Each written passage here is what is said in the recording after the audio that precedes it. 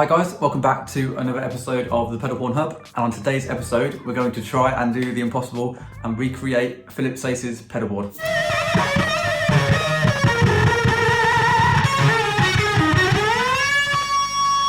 So it's no secret that us guys here at Pedalboard are massive Philip Sayce fans, and just the other day I was looking at my shelf and I thought we've actually got quite a few pedals that Philip's inspired us to buy, which we could probably cultivate together and make some kind of incarnation of one of his boards from over the years. Just want to say a quick thanks to everyone that's actually traded in your old unwanted pedals for our brand new Pedalboard pedals. That service is going great, and it actually allows us to do videos like this because a few of the pedals that you'll see today in the video were actually traded through our trading service. So if you want to find out any more information on that, there's a link in the description. Right, so I'll send you over to me in a different room and we'll build this board together. Cheers. Right, so we're at the pedalboard building station, and I thought I'd just talk through the different pedals that we've opted to choose to try and recreate Philip Sayce's board. So I think it's appropriate to start off with the Fuzzes. Right, so this is the first one. This is the Texas Squareface by Cesar Diaz. Now, these pedals are what Cesar Diaz used to make for Stevie Ray Vaughan, and then he encapsulated it inside this little handy box.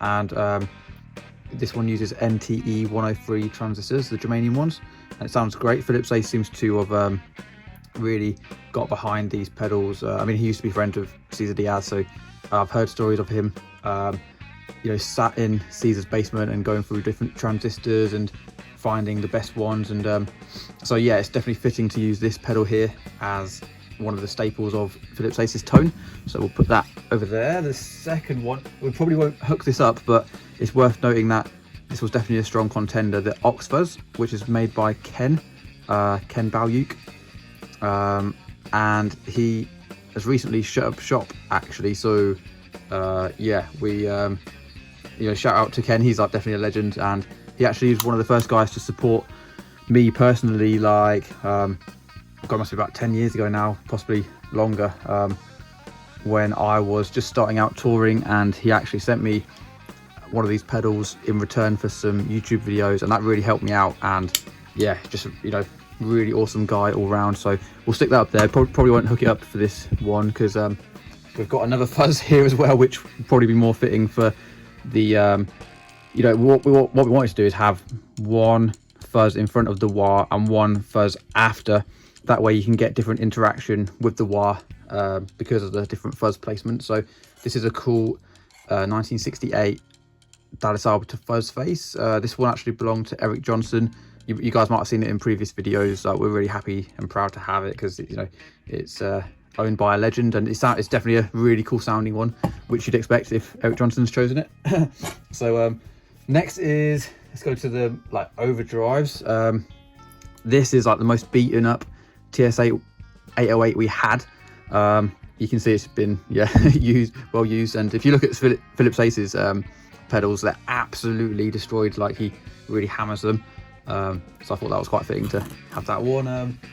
This one, I think Philip has since sold his Klon, but on one of the main pedalboard demos that he's done, he did actually use a Klon, and it's one of the first examples that I ever heard which made me fall in love with a Klon. So we'll probably hook that up and try and recreate some of those tones there.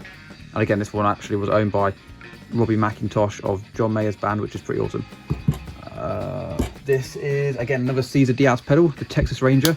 This is definitely one of the tone secrets that a lot of people haven't really but people are starting to cotton onto them now, but for a little while they were hidden gems. And again, yeah, made by Stevie Ray Vaughan's guitar tech Cesar Diaz. The high setting really is like my favorite. It's got that glassy bite, especially when you roll down your guitar's volume knob. It's beautiful. And then the mid is so nice and tubey and fat, and then the low setting really is fat. It's like got an extra growl to it, and that's what we based our Pedalboard Texan twang on, if you guys have seen that. And yeah, the next one is well, in fact I'll show you this one now, because again, another Cesar Diaz pedal, the third in the trio of pedals that Cesar Diaz did. This is the Texas Tremodillo, one of the most luscious tremolos we've ever heard, and we actually recreated this recently as well with our chicken quiff pedal, if you guys have seen that. And yeah, again, this one's beaten up. Look at that, it's just absolutely been toured to death, so you know it's probably a good sounding one.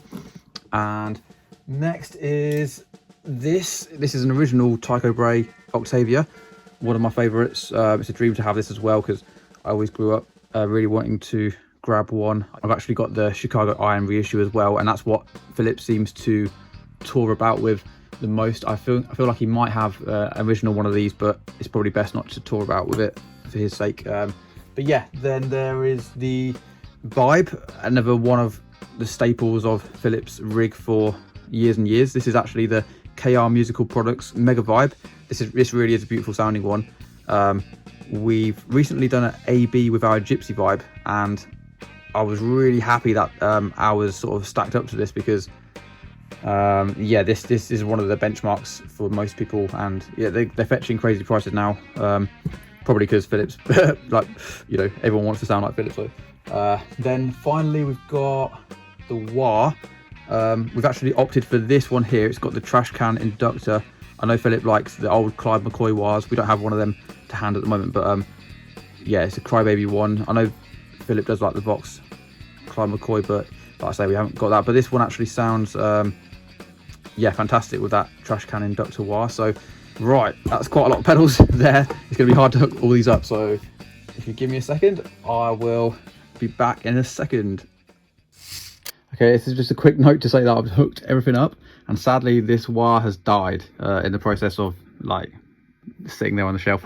So we're gonna discard that one and use my old trusty wah, Vox wah, which has the TDK inductor inside, favoured by Stevie Ray Vaughan anyway, so it should be pretty close. But yeah, here's the whole thing hooked up. Let's make some noise. Cheers.